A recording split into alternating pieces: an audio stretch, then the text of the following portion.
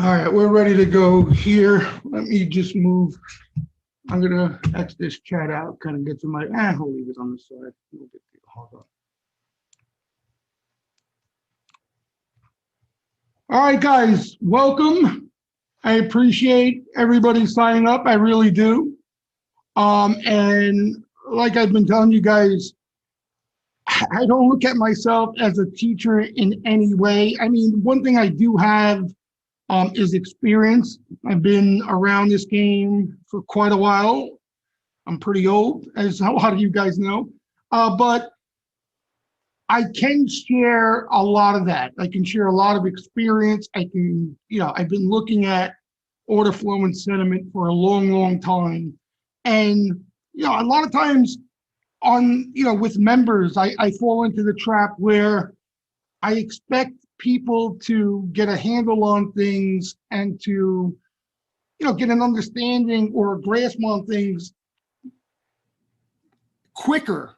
And, it gets me at times, I stop and think, and I say to myself, I've been doing this a long time. I've been doing this a long, long time. So for me, it looks like it could be attained easier, but it's not realistic. And I think this is why I wanted to do this course. I'm being dead straight with you guys. I didn't want to pretend to teach people that I can show them how to trade and come out of this, being a profitable trader. Let me shut this door.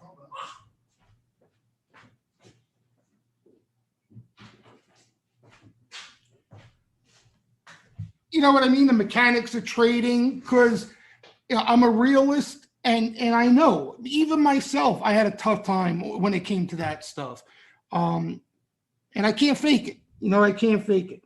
But one thing I can do with enough time and getting feedback from you guys, and that's another thing, what I want to do a lot more of. I know, some of these courses, they kind of leave the Q&A for maybe the last part of the course and stuff like that.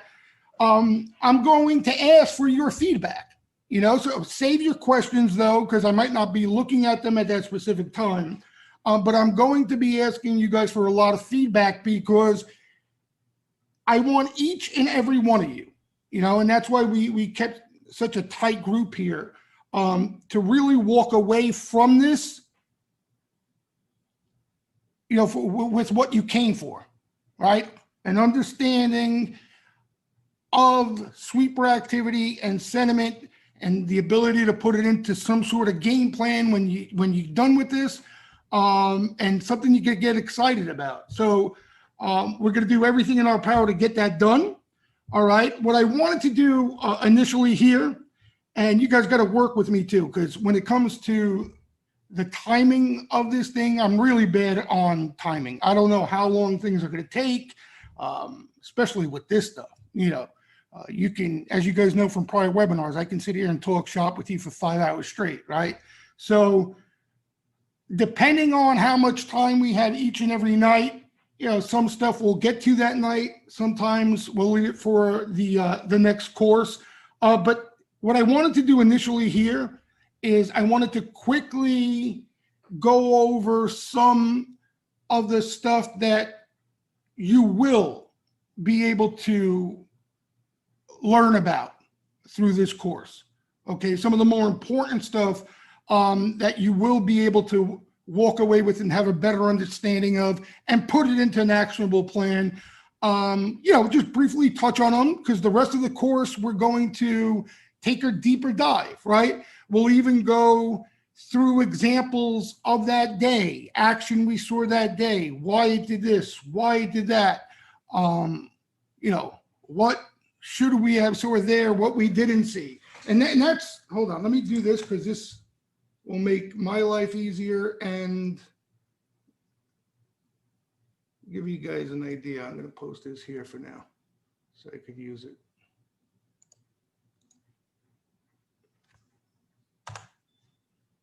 All right.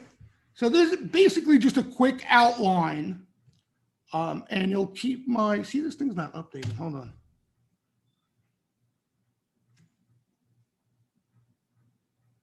There we go. a quick outline of some of the stuff we're going to touch on, right? And what I'm asking from you guys, if you happen to see something not on here or something we don't speak about today, there's a good chance I just maybe didn't put it on here, but I want you at the end of this to bring it to my attention, because like I said, I want to make sure I hit on everything you guys feel is important, right? Especially those guys, those of you who have been around, the room or private Twitter, have some familiarity with it. Some of the questions or some stuff that you just can't get an understanding of. So I want to be aware of that so I can make sure I touch on it. All right. But this is what it's going to come down to, right? We're going to take a deep dive into flow, sweeper activity primarily, but we're going to go through all the flow and sentiment. Okay. And what you're going to realize, and this is how I initially looked at all of this, basically every question that I asked myself in regards to this information all stemmed from this, right? The who, what, why, when, and how. All right, every single question regarding this information, I've gone through all of this, and you're going to get an understanding of each and every one of those, okay, and why they're important. All right, so that's basically the outline for the course, right? So here are some of the examples.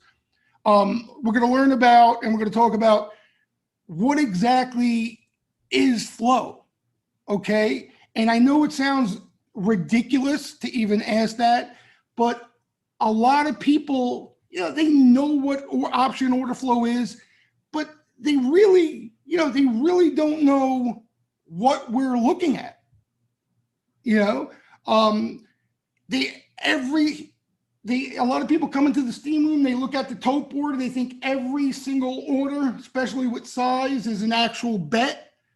It's actionable. It means something to them. And the truth of the matter is, I don't know the exact numbers, but off the top of my head, I would say, at least 95% of the overall flow is likely useless to each and every one of you. Okay.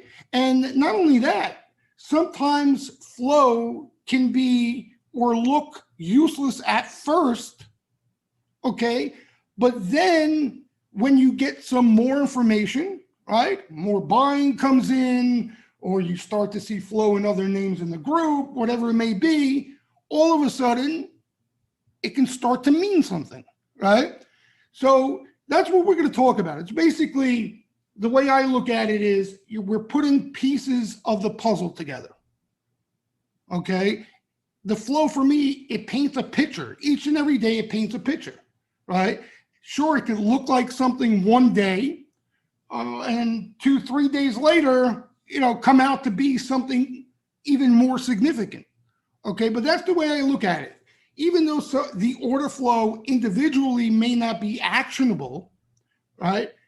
I'm looking to put pieces of the puzzle together to get a better grasp on how the professionals out there are both hedging and wagering in the options market, right? And when I got into the game, the option market was primarily used for hedging purposes. Okay, that's most of the time. That's what a lot of the pros were using options for. Hedging positions, protecting positions. Now it's a whole different ballgame, right? Now there's a lot more directional wagering going out on there, right?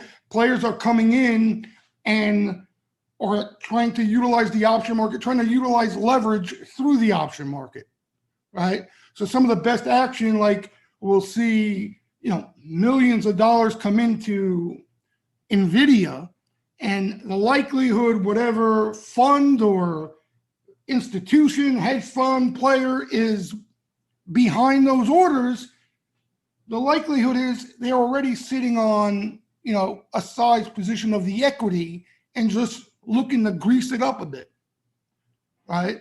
So understanding that even though each and every order may not be actionable, but you still want to pay attention to it, because like I said, putting the pieces of the puzzle together are important. And we're going to spend some time and talk about that amongst each other here, okay? Who are the players behind the order flow? And, do we really know what the hell they're doing, right? So in regards to the who, we could be hedge funds, right? Institutions, pros. The one thing we know is that when it comes to sweeper activity, it's not the average Joe, okay? The average Joe does not have the resources to place the orders that we're focusing on, okay? So just that itself, right? Who are the players behind the order flow? We know they're professionals, and we know the likelihood is they have better information than a lot of us or a lot of the average players out there. Okay, so right there, we know it's meaningful information, right? We know it's meaningful information. There's substance there, okay? And, now these days we see more and more of all different types of orders from different types of players, right? We see algo sweeps that aren't even human beings, right? They're machines that are programmed to fire off orders based off sometimes news, sometimes buy programs, right? We see it in all sorts of things. We see it in ETFs, leveraged ETFs, individual names, okay? So the who, and we'll discuss that as we go through the importance and our rating system of the different types of flow out there, right?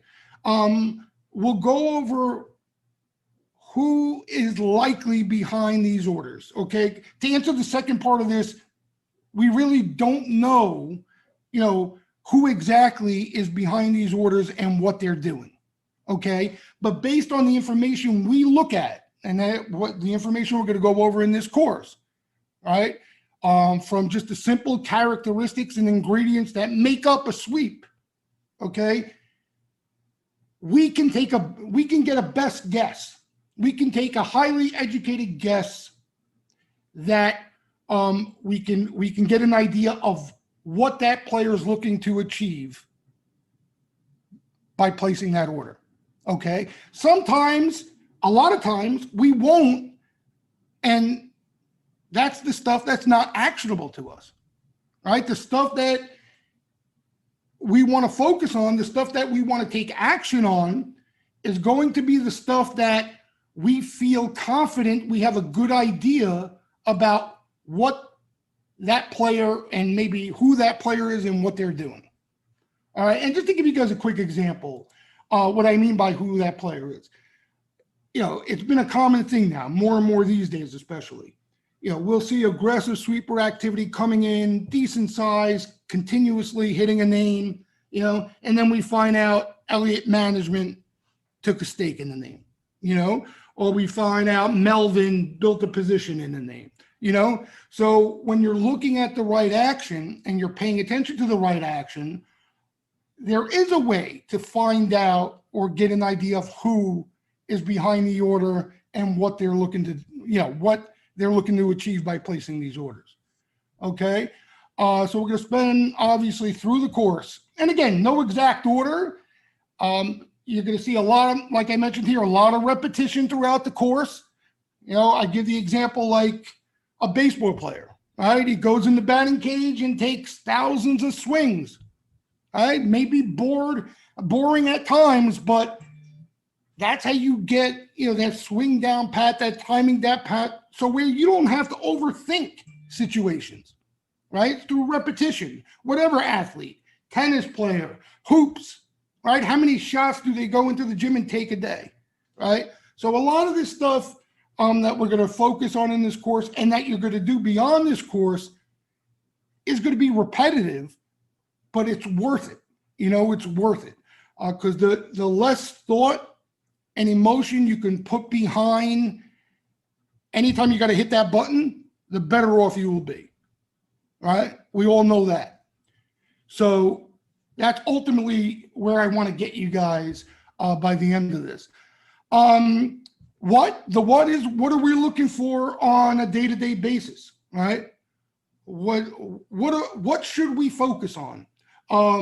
What makes this particular sweeper activity any more important than this sweeper activity, right? What does the spec activity tell us? The spec sweeper activity tell us? What does the momentum sweeper activity tell us? What does sharp aggressive activity and size tell us? Again, these are things that it's not too complicated, but you got to be aware of if you're going to play off the action and try to find any success. You know what I mean? And this is just a quick example, if there's momentum sweeper activity, right? And we've been seeing a lot of that. So in other words, action coming into a name, cheap and short dated strikes, just playing off the momentum. When the momentum dries up, you can't be sitting there hoping for, news down the line in the name, or just because you like the company itself, expect that flow to be right if the momentum has dried up already. So understanding exactly what the different types of orders and type of action we're looking at on a day-to-day basis, and what makes certain order flow that much more special than the rest, and why we focus on it. Right. So we're going to go over a lot of that, as you guys know. We talk about that a lot, right? The why. Why is there an edge from all this data and information, right? When you use it correctly. Not only, what is the edge, but understanding why it's an edge, right? Understanding the reason why it's an edge. And when you understand it clearly, right? And again, through repetition, that's where the confidence comes in. That's where the confidence comes in, to where, you buy something, it doesn't move right away, or you're underwater a bit, but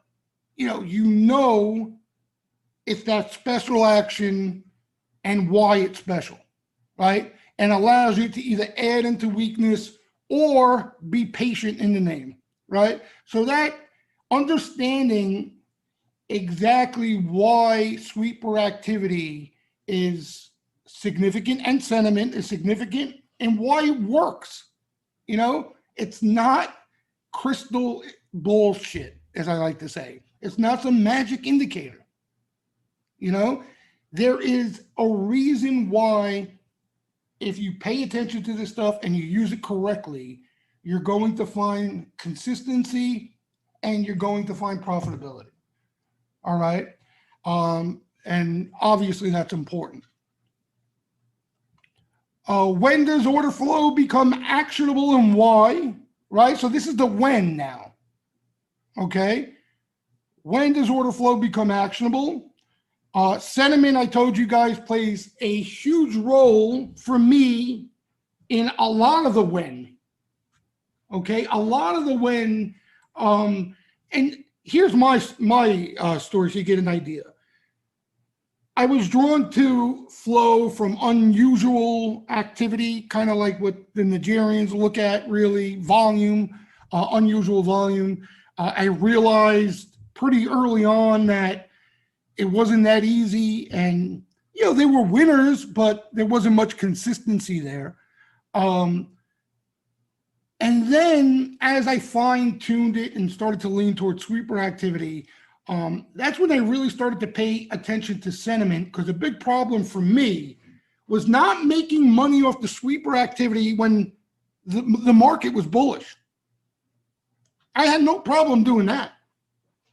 Okay, and not many people have a problem doing that. I'm sure you all can agree. When the market's going up, you're going to make money, right? But it was sentiment that allowed me to hold on to the bulk of those profits when the clock expired. All right. When the market rolled over and went into a correction, I won't say always, but the majority of the time, sentiment was the reason why I didn't get caught. Okay. And I don't think you guys understand, if you're serious about this game, how huge of a role that plays as far as your P&L is concerned. If you can sidestep, right? If you could sidestep poor risk reward scenarios in the market, okay? And this is a market that can really screw up your head in regards to when the clock expires, right? This bull market seems like it never wants to end, okay? But over the course of the time you spend in this game, not even, every single rollover, but if you can just fine tune what you're doing already, and whatever you do is allowing you to hold on to that much more of the profits you make when things are bullish on the upside, it's an instant effect on your P&L. Instant.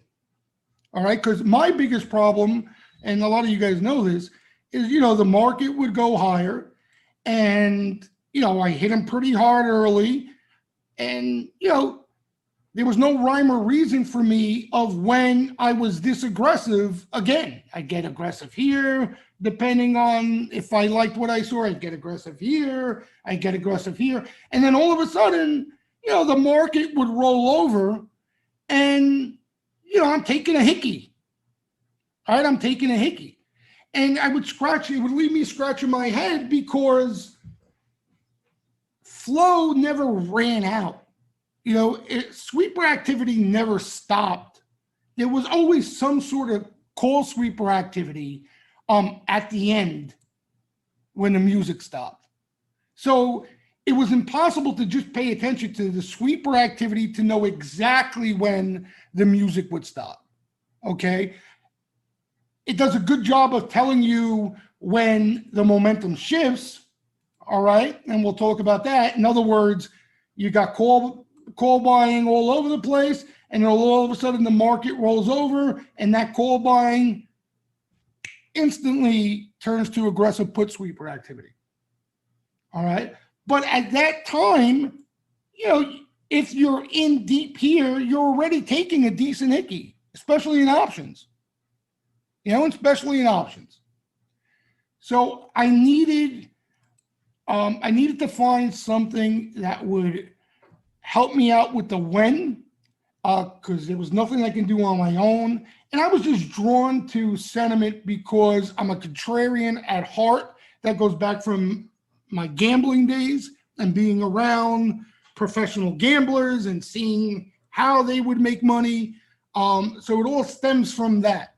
Okay. But, sentiment plays a huge part in the when. And when you're done with this, not only are you going to realize that, the thing you're going to have to work on is inserting that into your game plan. Because for some of you, it's going to be trickier than others.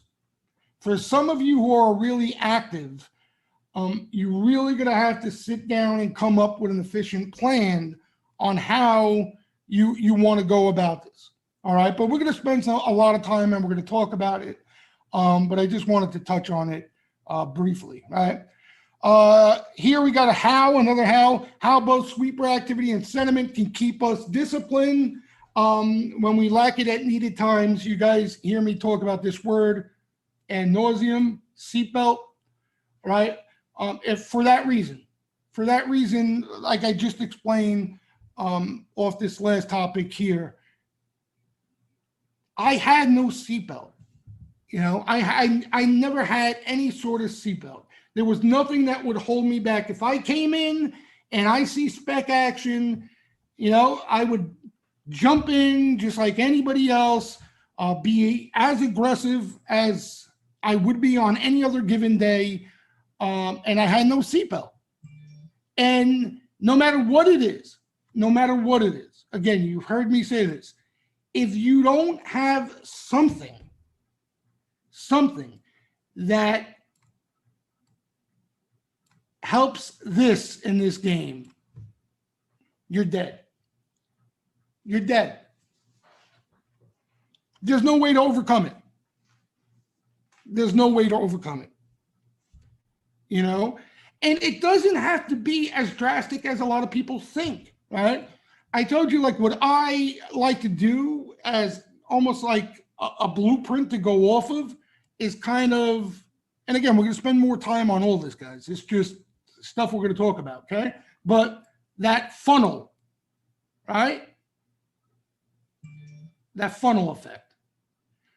So when I had that fat pitch set up, when sentiment, that signal's at its strongest, right? And then I get the sweepers to confirm that setup, that's where I want to be most aggressive. Okay? That's where it's widest. And as those signals dissipate, right? Little by little, as you lose the strength of that signal, you're taking, less risk each and every week that goes on until you get this setup again. Okay? And yeah, you may get caught with something here. Okay? But if you were most aggressive here and a little less aggressive here, a little less aggressive here, a little less aggressive here, a little less aggressive here, when you get caught, you're going to hold on to the bulk of the money you made on that turn. Wow, that is some drawing I just made here, huh? But you get the picture? You know what I'm saying? Right? So that's kind of the blueprint. Again, it's no exacts. And, if you're that meticulous, you could develop a really strict discipline strategy based off that, if that's what you need to stick with, okay? But it's not a necessity. It's not a necessity. Because what's likely to happen is if you just use this as a barometer, all right, there's going to be fine tuning along the way. So there's going to be a time you probably get caught a little more heavy-handed than you would like, right? So the next time that situation comes about, that's going to be a refresher. That sting should be a refresher to, all right, this go around, I got to trim it down. I got to cut down the risk. I got to cut it even more, right? So it's going to take a couple of setups before, you find something you're really comfortable with, right? A feel. It's basically a feel. All right. But net, I mean, the name of the game is no matter what, right? And if you use this bull market as an example, right? Net, if you made money throughout this whole rally, okay, you have to be thinking here that no matter what chips you have on the table, you cannot risk giving all this back. You cannot. Picasso. You know what I mean? And I know it sounds pretty obvious, but go around and ask how many people are paying attention to that. They're coming in, and if they like names, chart look good, couple charts look good, they're going to put on as much risk as they can take. As they can take. So through, the sentiment and the sweeper activity as a confirmation, you're going to see how this all plays out, and, will play a big role in seatbelt, managing your risk and helping you out with the discipline that a lot of us degenerates desperately need. Okay. A big why, we hear it all the time. All that action, why did that bet lose? Why did that bet go down? Or why was that one such a huge winner? What made that such a huge winner? All right. we're just going to go over a lot of the why behind winners and losers, okay? And how much it matters, how much effort and time and focus we should put into it, all right? Because there are a lot of times when we should not be okay with a winner and should be okay with a loser. All right. What I mean by that is, I'll give you guys an example right now, right? Trip. If Trip goes down, I don't question it. You know what I mean? I'm not beating myself up for it. When I'm playing off that type of action, right? And I want to tail that action because I'm impressed enough by it. If it goes down, it goes down. It's part of the game. You know, I'm not doubting the action. There's a lot of luck in this game. There's a lot of luck. Okay, especially on the win side and size wins, etc. There are some things you can't control no matter what. And if you rack your brain focusing on it or trying to discover a way how, you are going to burn your brain out. All right. So simply put, for me, when there's a specific type of sweeper activity or there's a sentiment set up and I lose my money, I'm okay with it. The problem I have, when I beat myself up, is when I shouldn't have taken action and lost money. Okay. And what I'm telling you is that a lot of times people get lucky, they get bailed out, and it's the worst thing that happens to them. It's the worst thing that happened. So by either going against the signals, right, and getting lucky and holding through a pullback and getting bailed out or whatever it may be, they'll go, oh, yeah, nice hold, diamond hands. But in reality, you should have never taken all that risk to begin with. And you should be unhappy regardless of the results. This is such an underestimated thing in this game, patience. Why and when we need to be patient and when we shouldn't have much patience. All right. This day and age, there's no such thing. People have zero patience. Zero patience. They're buying calls 6 months out and they're selling it 3 days later because it hasn't moved. You gotta have patience, right? Again, if you're firing off the right stuff, okay, you have to let it work, right? And a lot of times that whole goes down to interpreting the flow for what it is. If somebody's bombing calls 6 months out, not always, but the likelihood is they're going 6 months out for a reason. Either because they're anticipating a rough patch or non-movement, and they're looking to build a position through that, okay? Or, they're making a big bet on the underlying, the name, and the smart money, they don't do that in weeklies. They don't do that in front month strikes. Like I mentioned to you earlier, a lot of times with the professionals, the funds, the hedge funds, institutions, what they do when they come in and size up in a name, the likelihood is they're building a position in the equity, already have one already in process already. So if they're building a position in a name and making a bet on that name, they want to be patient because that's where you're going to get paid off that bet. Right? Weeklies is all momentum and luck. That's all it is. Right? That's all weeklies are momentum and luck. You have one down day off a headline that you didn't anticipate, and your weeklies are done. They're done. So if you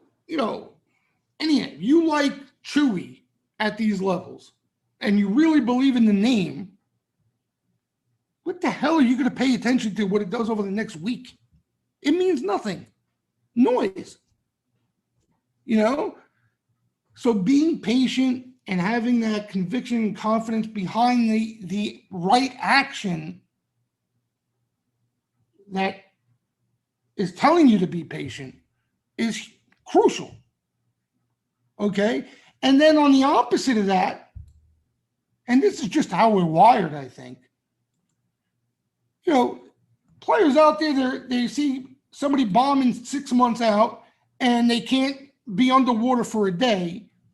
But weeklies, they're holding all the way to the expiration day. Right? You see that all the time. Or they get a move and they don't want to take profits or roll, or they get greedy. That's when you shouldn't be patient. Right? That's when you shouldn't be patient.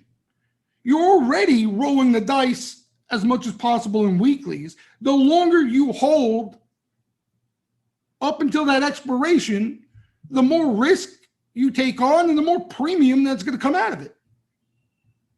So a lot of people out there, and you see it on a daily basis, they got this the wrong way, flip-flop. All right. So what we're going to do, and again, repetition, we're going to focus on what action means what, and then what it's telling us as far as patience is concerned. How to be patient, how to force ourselves to be patient. And a lot of this too, again, may be easier for me to say, but it's having the confidence in the order flow, in the sweeper activity. When you've seen enough top shelf sweeper activity cash a ticket, you're going to be patient. You know what I mean? You're going to be patient.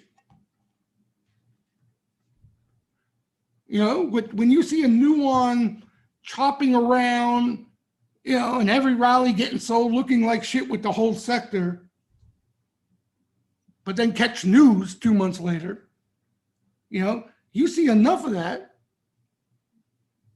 and you're going to be more patient.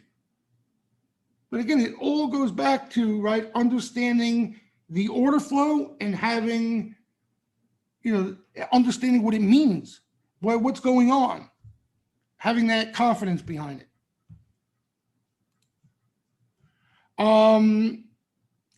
This we talked about the last few webinars when talking about the course. This is probably one of the most important things, I think, for the majority of you. The majority of you. How to utilize sweeper activity for intraday sentiment and as a momentum indicator. Why is it important? It's got nothing to do with swing trading. Okay? It's got nothing to do with position trading. But if you trade ES or just the indices, this is the most important thing. The most important thing for you. If you day trade off a watch list of yours, this is the most important thing for you. If you day trade period, this is the most important thing for you. So a lot of this, even if you're swing trading, okay, because I think what a lot of people don't admit to, all right, is a lot of people, even though they say they're trading off the sweeper activity, okay, are not strictly just trading off sweeper activity, okay? They're picking and choosing based on what they like and when they like it. You understand? You pass on the last 3 good-looking sweeps, to buy this one because you like the name, or you like the chart, or you like the Elliott wave setup, or you like the Fibonacci's. That's what a lot of people, a lot of players do, especially when they first, are introduced to the flow or even sentiment. Okay. And understanding how this works and why it works can be an extremely powerful tool. Okay. Extremely powerful tool. Because what this does is, on the sweeper activity side, it's the confirmation indicator that you didn't have prior. Okay. And we went over this and talked, but there's probably some new folk in here too, right? Again, I'm just taking an example here of one that moved today, just to give you guys an idea, right? If you're looking at WOOF, right? Which a lot of you were, okay? If you're looking at WOOF, because you saw this thing catch action initially, right? Bumped up, little breather here. Who let the dogs out, right? And now look, this is a pretty decent spot there for WOOF, no? So WOOF is on your watch list. You saw some volume come in with some sweeper activity initially. Maybe you played it, maybe you didn't. Now it's on your watch list, okay? There is nothing, at least that I know about, okay? Nothing in real time that is going to tell you when this comes in. Okay, nothing. No indicator out there is there going to be an instant reaction with momentum and volume. All right. But if you were paying attention to the sweeper activity today, right, and WOOF was on your watch list that you were interested in, okay, you would have seen a few sweeps at least initially come in. All right. And all of a sudden, this is something we're going to spend a lot of time on. What's your edge is that now, if the probability was 50-50 that volume comes in today and it starts moving, with sweeper activity, what did it do to that probability? What did it do to those odds? Right? At least bump them at the least 60-40 to your benefit. And again, it's not magic, right?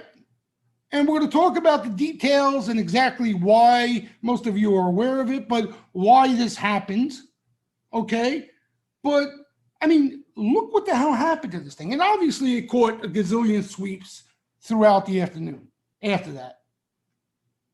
But, this thing exploded. Exploded. All right? So, again, no matter what let's say you're even swing trading, looking to swing trade a WOOF, wouldn't you rather find an entry, when this thing is starting to heat up, rather than come in and buy it after the move? Right? So it doesn't necessarily have to mean intraday only, right? It's going to help you out with entries. If you already did the work and are using sweeper activity in the way I just explained, okay, you're using the flow as an entry indicator to get in before the momentum heats up and you have to pay higher. All right, so this thing here, where'd I go here? The how to utilize sweeper activity on, and this is an intraday basis, all right, and sentiment. I think it's going to be one of the most important things for the majority of you, okay? And as far as even using sweeper activity for sentiment purposes, you hear me throughout the day many times, right? I'll talk about how the sweeper activity dried up or the pace of sweeps has slowed down, right? Why am I sharing that with you guys? Okay, because the likelihood is that's a signal to us that the momentum in the overall market is starting to dry up. Right? So you see, like, usually right off the open, you get those rips for like the first 20 minutes, a half hour. Sweepers going bananas all over the place. I'm dizzy. Right? And then all of a sudden, the sweeper activity slows down significantly. The flow slows down significantly. You know? And that's an indication, okay, if I was riding that moment, if I was playing ES off that momentum, off the open, now probably is a good time to at the least raise the stop. Right? At the least raise the stop. Keep a close eye on things. So that's what I mean by sweeper activity even being used for sentiment purposes. You know, this market's been a little tricky in regards to the overall market sentiment-wise, okay? But even for sectors, right? We see certain days they're sweeping Facebook, Apple, and all the big guys, right? That's where sentiment's at. That's where the momentum is at. That's where you want to be if you're playing intraday, right? Or we see a market that's flattish and there's no call buying and there's some put sweeper activity there. It's giving an indication of sentiment to us. You know, a lot of times, if a market's selling off and there's no call sweeper activity coming in, I'm not stepping in front of that shit. You know what I mean? I'm not getting in the middle of that. All right, but, you know, if the market's selling off and all of a sudden there's a nice band of sweepers coming in or an uptick in sweeps, hitting Apple, SPY, some of the beta names that could get the market moving, right? And we'll talk about this too, using these tools. God forbid you got a niner or you got some oversold signals or a level that you're looking at and there's an uptick in sweeper activity. That's a solid entry. Why? Because the momentum is likely to shift. So again, we could spend a ton of time on this. I also got something that I would like you guys to do, especially some of you the newer people in here, to really get a good gauge on how this could be extremely useful. Okay, what's this one? We got another why here. Why the sharpest edge from sweepers and sentiment is in trend changes, and what to look for, how to detect them. Okay, I can't explain to you the difference between sweeper activity into a trend and a signal from sweepers of divergence. All right. And again, I keep saying this to you, but we're going to spend time on this, so don't worry. But what I'm talking about is what I just mentioned to you, even in the last example. And you see even my style, how I'm so focused on looking for opportunities in accordance to those trend changes. Okay. What I mean by that is this. Okay.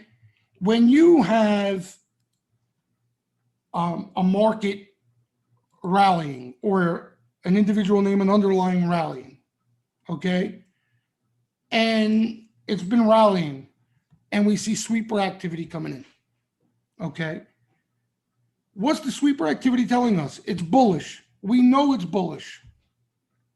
right? We know it's already bullish. Okay, so maybe it's already confirming what we're seeing in the price action and what we're feeling already. Okay. The other thing that goes into it too, why are we seeing sweeper activity into strength?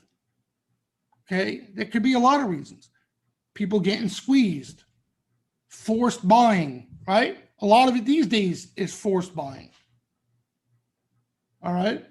But when a market or an individual name is going sideways and is dead without a pulse, and all of a sudden aggressive sweeper activity comes in, it can only mean one thing.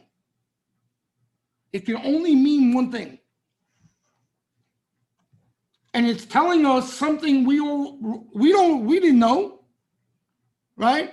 If that thing's dead and all of a sudden, or even selling off or weak, and all of a sudden they're coming in aggressively sweeping whatever that thing is, that's telling us that the momentum is about to shift. At least sweepers feel that way.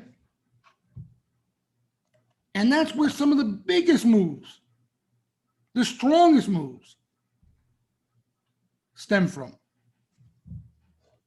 You know, that's a significant, for me, like, that's the biggest edge from out of the sweeper activity, right?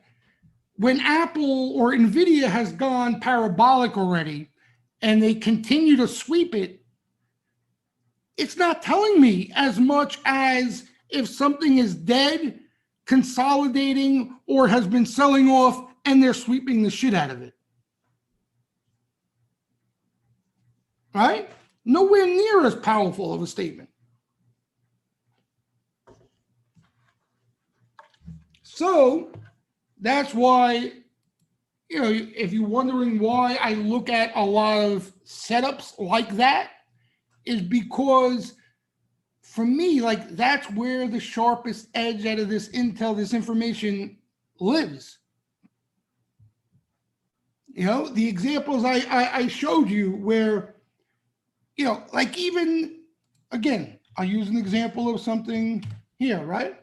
Now, again, this is some flow with time behind it, but we've been looking at TRIP throughout this whole downtrend. All right? We were looking. TRIP, you know, this thing had a crazy run. People made money with it. You know, once it started to pull back, we all were interested in it again. How, you know, where do I know where this thing is going to turn? Like, for me, I have zero edge anywhere here trying to figure out where would be a decent spot to own this thing. Right? I'm sure people threw it here. I'm sure people threw it here. I'm sure people threw it here. So then you get the sweeper activity into extremely oversold signal here, right? With some time. So like I said, it didn't magically increase the odds that now this thing is going to go higher 100% of the time, right? But if it was 50-50 here before the action, what is it now with that aggressive sweeper coming in, bombing September's? That's the edge. Yeah, that's the edge. All right, so that's why I like these setups as opposed to the sweeper activity coming into the strength, because players are getting squeezed, rolling, you know, chasing momentum.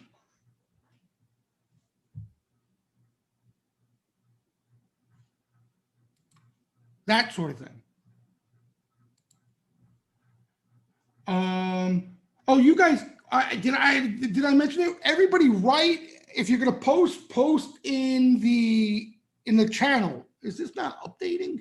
I see you guys. I should have mentioned that. Did I forget to mention that? I kept reminding myself 55 times.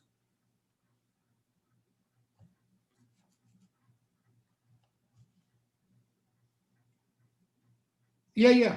I just wanted to give a heads up there. All right. So,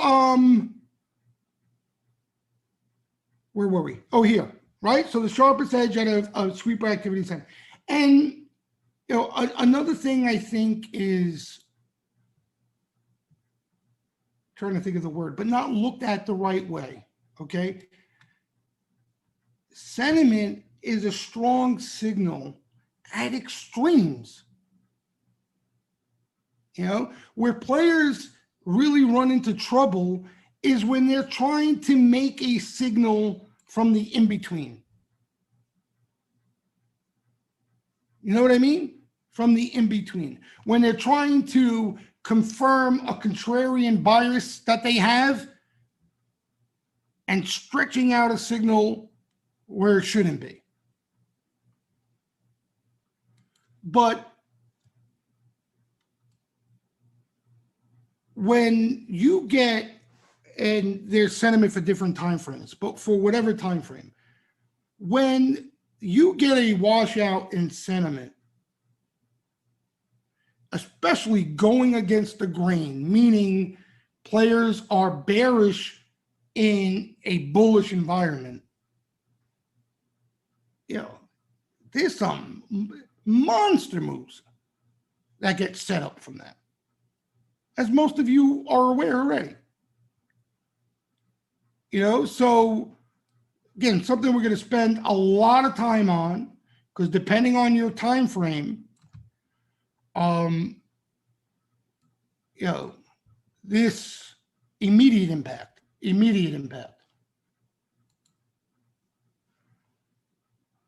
All right, this point here, I can't put enough emphasis behind it. Yeah, you have to be realistic. You have to be realistic, please. If you're not realistic in this game, you're not fooling anybody but yourself. All right? You have to understand that you're going to have losers. Everybody, you, me, the best of the best, everybody is going to have a loser. Okay? It's going to come no matter what, no matter how much discipline you have, no matter what type of action you're focusing on, there's going to be a loser. Accept it for what it is. Okay? And if you run into a loser or losers, a very common thing amongst newer traders is to jump ship immediately. Find something new. What they don't realize, you see this on Twitter constantly, whoever has the hot hand is where all the tweets move to. But what the tweets don't realize is they're going to somebody who already got hot. Now they'll likely cool off. And you're going to tell the guy who's cooling off, you just left the guy who cooled off who's going to get hot. Right? The complete opposite. If you're following somebody, you likely have respect for them because you think you know what that they know what they're doing and that they win more than they lose.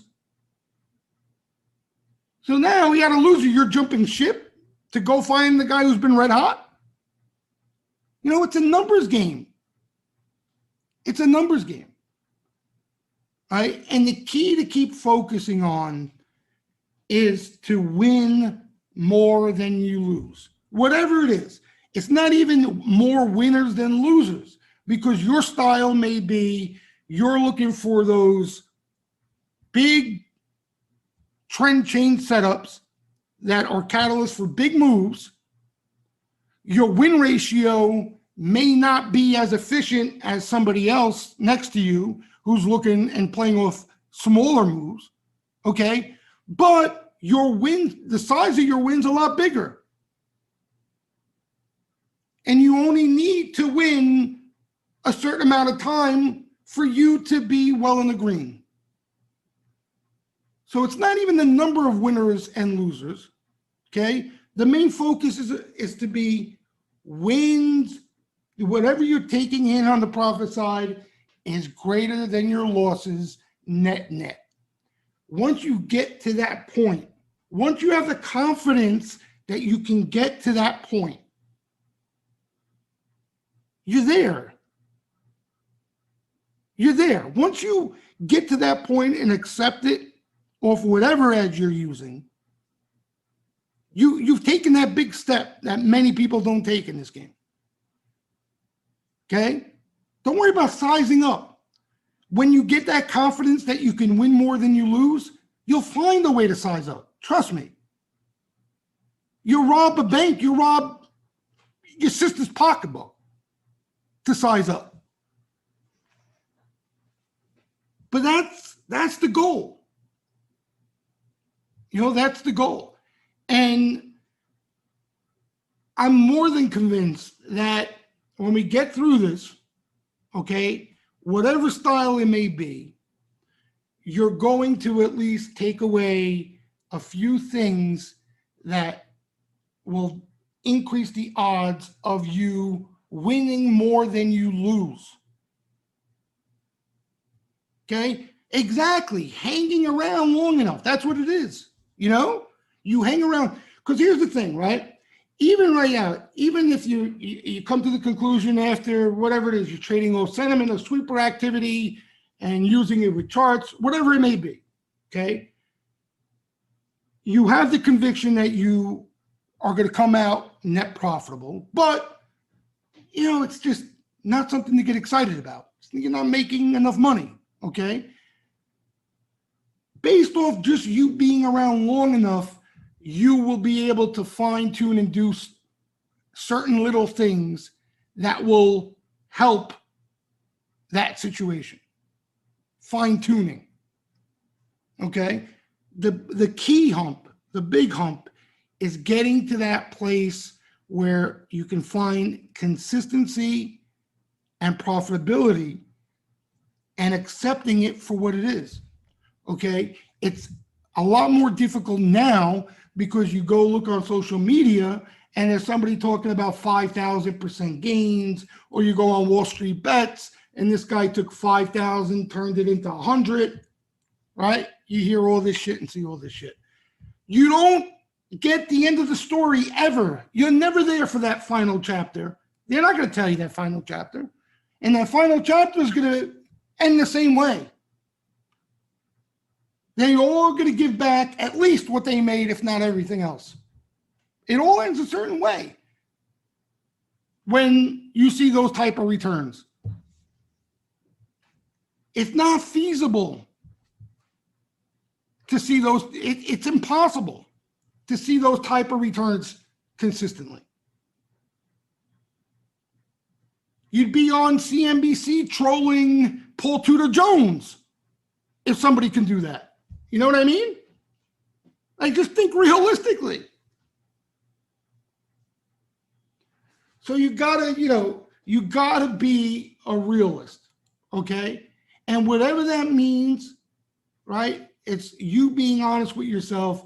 Listen, I really wanted to do this full time. I can make some money, but it's not enough money. I gotta continue to work until I build enough of a nest egg. Whatever that honesty is, that right? Being realistic with yourself is, you have to do it. You have to do it. But the main goal for anybody who's new or hasn't got to that point yet already is to become profitable over time. Not just this week and next week, not just the last few months, hell, not even this bull market, but over time. Over time. Again, there's many folk that make money in a bull market like we've been in. Many. And there's going to be many that get destroyed when the music stops. You know, if you're looking to be around in this game, right, or whatever someone just mentioned, hanging around long enough, you got to be able to weather that storm. Weather that storm.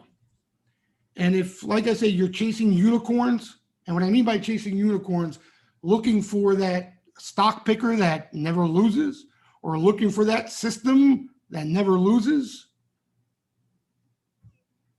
it's going to bite you in the ass the hard way anyway. All right, I got a couple more here, and then I'll talk to you guys a little bit. I'm bad with the timing. I don't even know what time it is. I'll talk to you guys till like 1 a.m. Is that cool? 1 a.m. is good for you guys now. I tell people the webinars that we hold on Sunday, Wednesday, they go for like 2.5, 3 hours sometimes. All right, so here's just a couple more things I just wanted to touch on quickly. Again, today I just wanted to keep it almost an intro type, but just so you guys understand of what, again, realistically, and I've been using that word a lot, but realistically, what we're going to be looking at and what you can walk away with, okay? Right? So this is not, I can't do this for you, okay? I'm sorry, but I can't. All right? No matter if you understand and nail down every single thing that we go over in this webinar, in this course, I'm not going to be able to turn you into some rock star trader. I couldn't, again, you're not going to hear this from people, especially people who are doing a course. I couldn't do that for myself.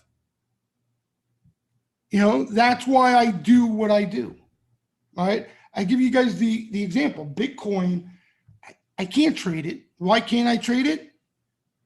There's no sweeper activity, and I don't have the confidence in the sentiment that's out there on it. I can't go and just trade Bitcoin and have the conviction that I'm going to be profitable. No way in hell.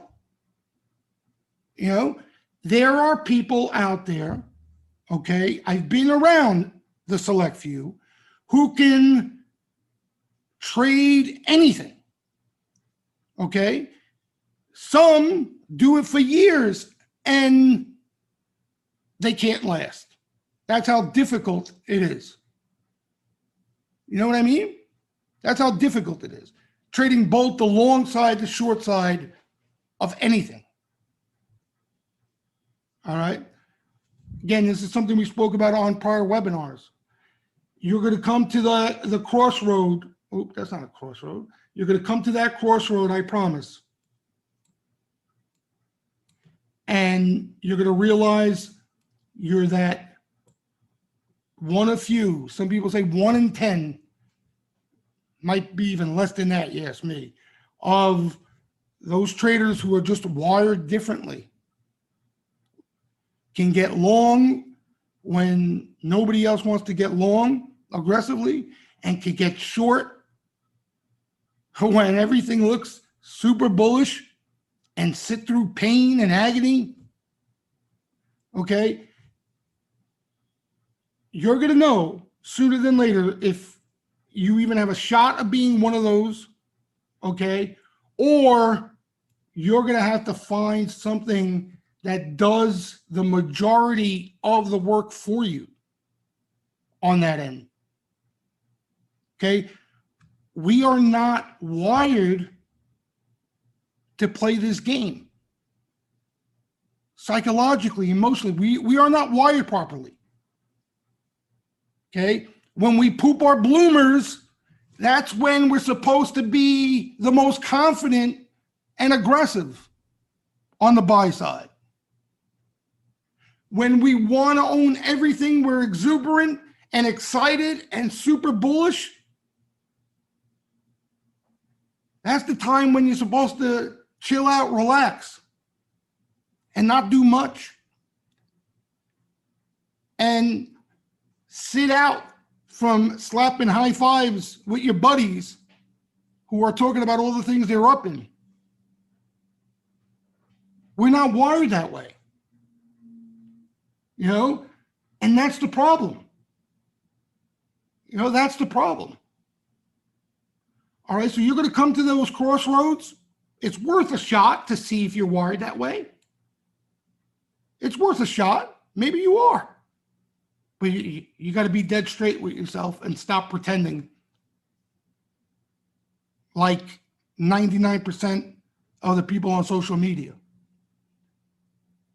You know who those people are just by the way they talk. Just by the way they talk. Because they use this word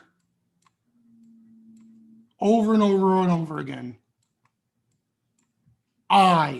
Didn't I tell you that was going higher? Did you see the stock I just picked? I called the bottom. I called the top. That's what you hear them talk about all the time. You're not going to hear that out of my mouth much. You're not going to hear that. Why? Because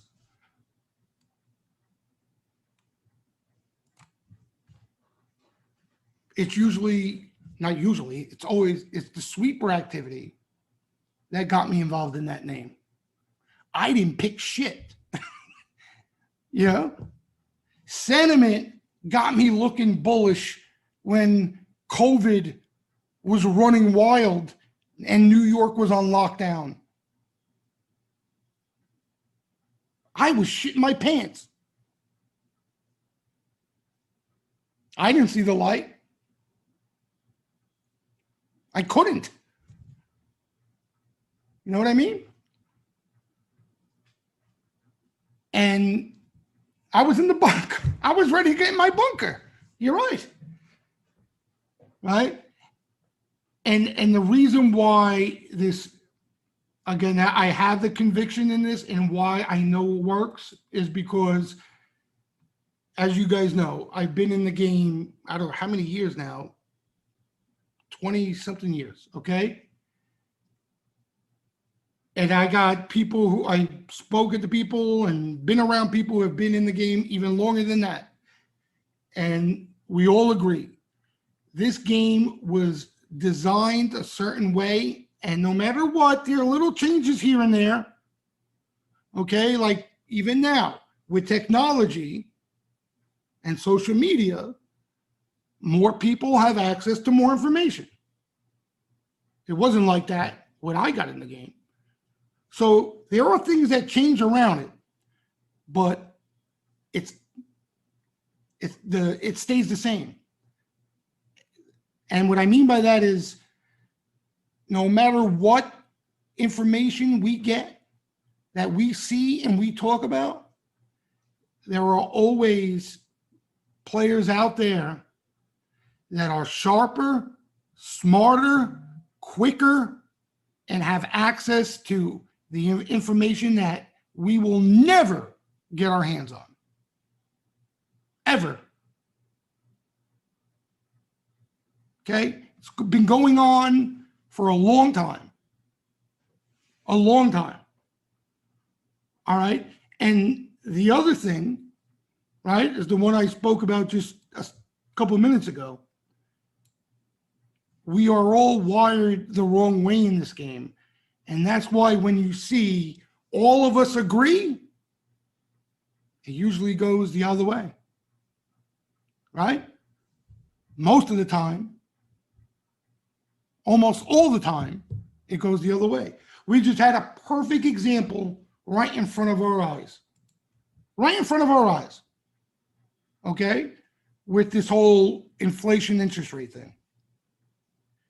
Everybody and their mother's father's sister's uncle swore inflation was getting out of hand, rates are going higher, just based off the reopening of the economy. By accident, rates are going to go higher. You don't want to touch anything NASDAQ related. Forget about tech. Don't you dare go long tech, whatever you do. Commodities would continue to go parabolic, and the Fed's caught behind the 8 ball. Okay? It all very well may turn out to be true at some point. But because everybody was looking and talking and seeing the same exact thing, what happened? You can't make it up. The total opposite. And there's no reason, right? Everybody who was making that case couldn't even find a reason for it to not work out like that. So they happened to be right there, but it didn't matter because everybody was positioned for the same thing. The total opposite happened. And once the total opposite started to happen, now everybody who's positioned on one side expecting the same thing, what do? They got to scramble to get to the other side. And that's what we've been seeing.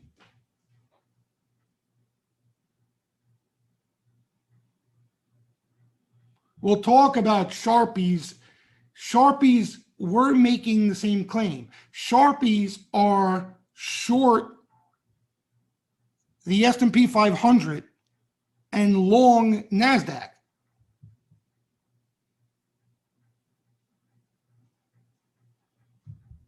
You know what I mean?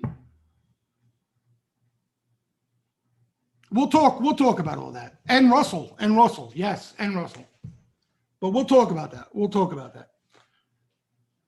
But even, Gio, even honestly, you'll never see Sharpies really on the same side. That's on that side. And that's where I think you're saying it was confusing. But even when you see guys like Tepper, Paul Tudor Jones, all right, here's another example, okay? You guys remember the COVID lows. I don't know if you remember how bearish Paul Tudor Jones, Tepper, you name them, how bearish they all were.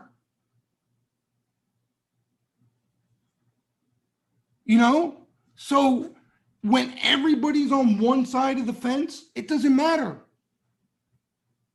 It doesn't matter, It doesn't matter. Because the positioning is so extreme that they're already positioned for it. You know what I'm saying? They're already positioned for it. Everybody's already made the move. So again, we're going to go over all the reasons why. Again, it's not crystal bullshit.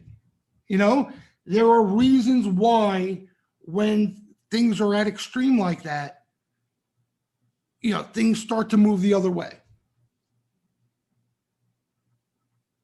There are reasons why when it comes to positioning.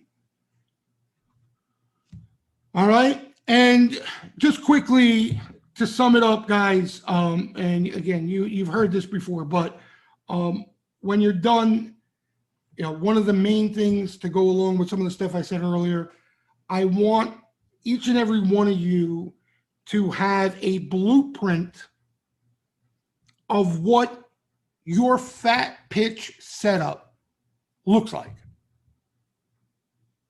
Okay? What I mean by that is you're going to know exactly what type of sweeper activity you would need to see, you want to see, and if sentiment has to play a role and on what time frame. Okay? So that blueprint, and I like to do this with a lot of things I do, okay, is nice to have because anytime you're unsure about a particular setup or action that comes in, how strong is it, what criteria does it meet, you have that to base it off of. You know what I mean? So the closer the setup you're currently looking at comes to the blueprint, the stronger the setup you have is. You understand? The more you move away from that fat pitch setup of yours, the less stronger it is. So I want to make sure we get that nailed down as far as sweeper activity and sentiment on whatever time frames you guys are trading at currently. And even if you're not trading individual names or certain time frame, I recommend, well, you're going to have the recording anyway, but I recommend paying attention because you may decide to change, that style down the road. You may be solely day trading now, or you may be solely swing trading now, and down the line you become a day trader. Maybe you have more funds. Maybe you want to take less risk. You understand? So even if it doesn't, sync up with what you're doing exactly now, I recommend you're paying attention. Okay, one more thing, and then we'll wind it down.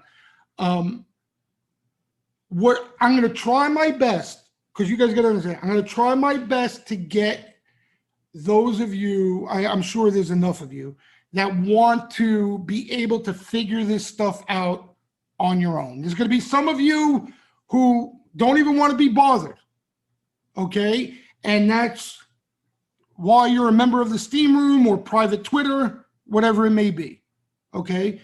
But I'm sure there's going to be a few of you who want to be able to at least start the process of working on this stuff on your own, okay? The only issue that comes into play is that to have the proper tools to do this on your own, okay, all the tools aren't free, as you guys are well aware. Okay, so you got to understand that, right? I can tell you exactly where you can get certain information, where you can get maybe free information that could be useful if that's what you're looking to start with, that sort of thing. But I'll tell you this, and this is the God's honest truth. If I had the confidence, okay, that somebody can do, like I love what I do. You guys know that. It's a passion.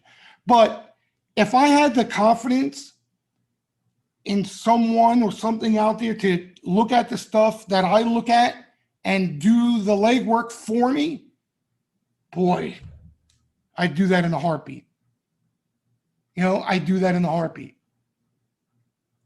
All right. So you have that luxury. You know what I mean? Even if you want to learn and get the process started of doing it, on your own. But I just wanted to make that clear so I don't mislead anybody, because I got to give you a quick example, like for the flow. Okay. If you weren't a member of the Steam Room and you wanted to read the flow yourself, you can't do it on Thinkorswim. You can't do it. I know there's some people who pretend they can do it. You can't do it. It's impossible. So, there are other outfits out there, but like Trade Alert is the only one I really trust. So that sort of thing. But again, if you guys have questions about it, ask away and I'll be more than willing to answer. Also, towards the end of the course, because a few of you were asking about it, we'll go over some of the add-on indicators that I use alongside sweeper activity and sentiment, right? The mark signals, this oscillator, stuff like that. I'll try to guide you as best as possible on how to set it up on Thinkorswim and TradingView. All right. I'm going to try to put something together so I can just send it to you on TradingView, maybe even Thinkorswim. I'll get working on that. Yeah, this. Oh.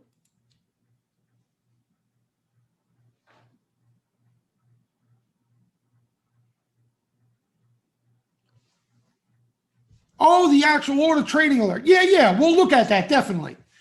Definitely. We're definitely going to look at the trade alert orders. And just so you understand, all right, I don't know if I should be talking about this, but, these are what the orders look like. This is off trade alert. So it's this information here that we're going off of.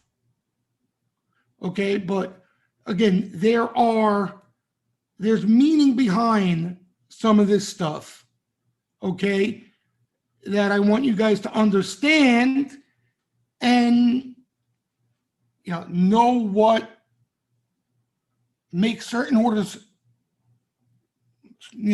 more important than others. Actionable, yeah, and that sort of thing. Why these bets will hit the top bet list and another one didn't, and you're wondering why.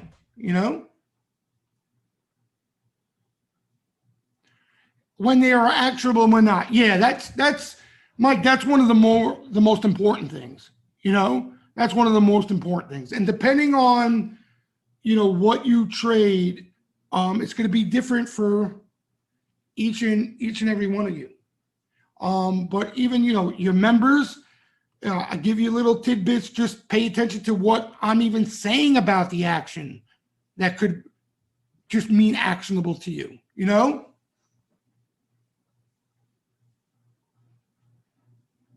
Yeah, that a lot of people say that. A lot of people say, based off just reading the commentary I put on about the action, or stuff on the way I'm explaining the action coming in, tone of voice, exactly.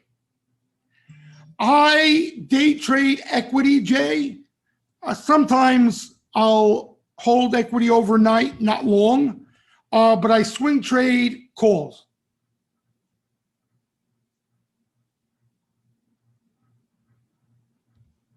I swing trade calls. So basically how I got to that was I always day traded equity. I never day trade options. I used to swing trade. I'm an equities guy. That's the most ironic part of all this.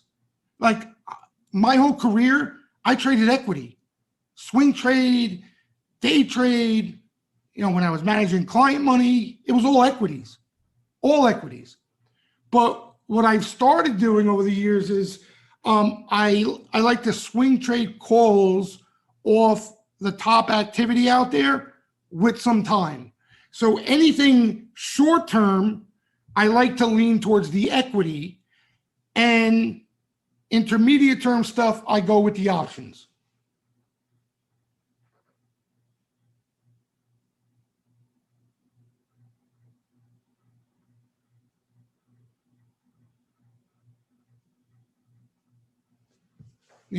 Thank you, Petro.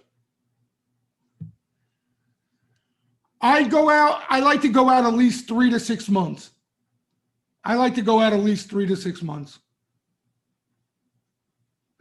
That's generally what I like to do. But again, that's just a preference of mine, because again, some of the better action I want to be more patient with, and I can manage my risk pretty efficiently with options.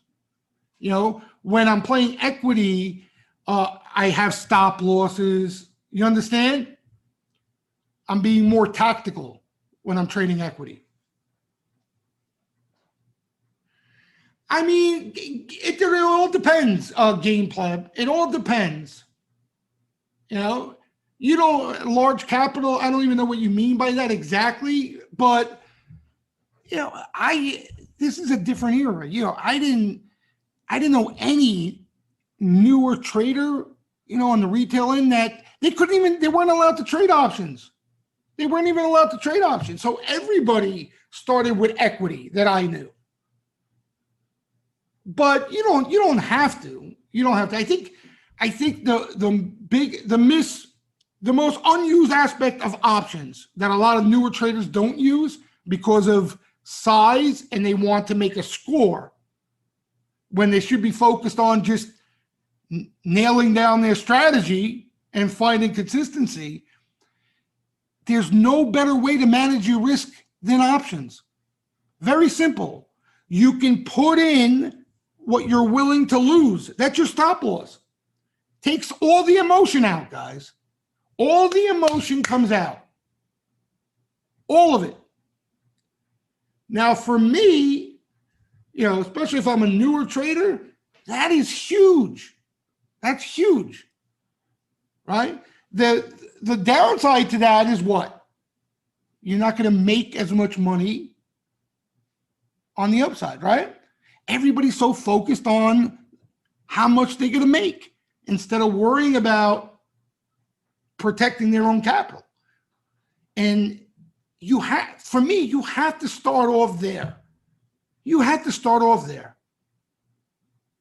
You can't, if you got your eyes on the prize, you're looking for how much you're going to make and all concerned about that, not worried about what you're risking, you're heading down the wrong path. You're heading down the wrong path.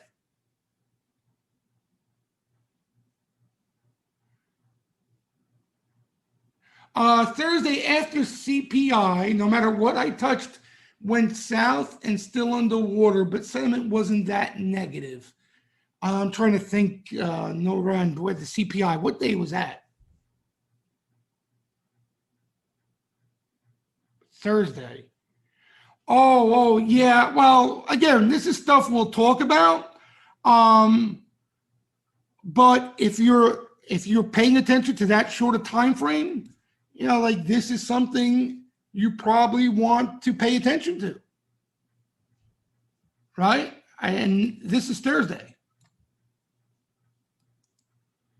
If you're concerned with that short of a time frame, which you probably are because you're pretty active, Novarine, right? You're pretty active. So yeah, see what I mean? Like this is something you really want to pay attention to. This is something you really want to pay attention to. So, again, that's this course, that's what this course is all about. Just getting you guys looking at the right things. Yeah, well, there was a lot of momentum, and listen, it's a weird market too. It's a weird market, not everything is going up and down together. Crazy rotation out there right now. Crazy. Did I miss any questions here? I gotta go. Day trade, swing trade. I think I answered that. Did I miss anybody? Mock alerts. We could talk about mock. Mock for me is not really anything actionable for me in itself, but if it goes along with sweeper activity, it's like an added bonus. We could definitely go. We could definitely talk about that. Yeah. Who'd I miss? Jules? Where's Jules? I don't even see her on here. My dog Jules or this Jules? My dog Jules has a question. Last minute. Sometimes, Barajas, sometimes you get those sneaky sweepers late that you'll see some action after hours. Like I wonder, is Woof trading? If you're going out 3 to 6 months and market do you average down? If I'm going out 3 to 6 months and this is something we're going to talk about. We're definitely going to discuss Jules in a lot more depth. All right, a lot more depth. But it depends. It really depends. It really depends. Me personally, I really don't like if a market, you happen to play something near a top and all of a sudden the market corrects. If it's an individual name, I rarely like to average down at that point because I'm so focused on the newer names that come out of that correction. I rather you get more alpha from the new sweeper activity that comes from the pullback. But we'll definitely talk about all that. Okay, we'll definitely talk about that. And like I said, don't worry if you didn't get a question in or a suggestion. We're not going anywhere. We got quite a few courses. Anything that comes to your mind, shoot it over, and we'll tackle it. All right, guys.